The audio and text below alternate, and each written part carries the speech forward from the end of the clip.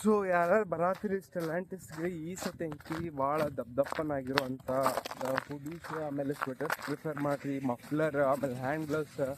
ಈ ಸತಿ ಜಾಸ್ತಿ ಸ್ನೋಫಾಲ್ ಆಗೈತಿ. ಯಾಕೆ ಹೇಳಾಕತ್ತೀನಪ್ಪ ಅಂತಂದ್ರೆ ಲಾಸ್ಟ್ ಟೈಮ್ ಯಾರ್ಯಾರು ಸೆಲೆಕ್ಷನ್ ಆಗಿ ಬಂದಿದ್ವಿ ನಾವು.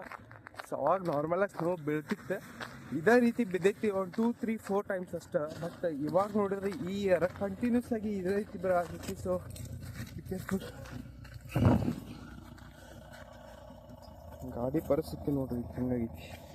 ಗಾಡಿ ಸ್ಟಾರ್ಟ್ ಮಾಡ್ಕೊಂಡು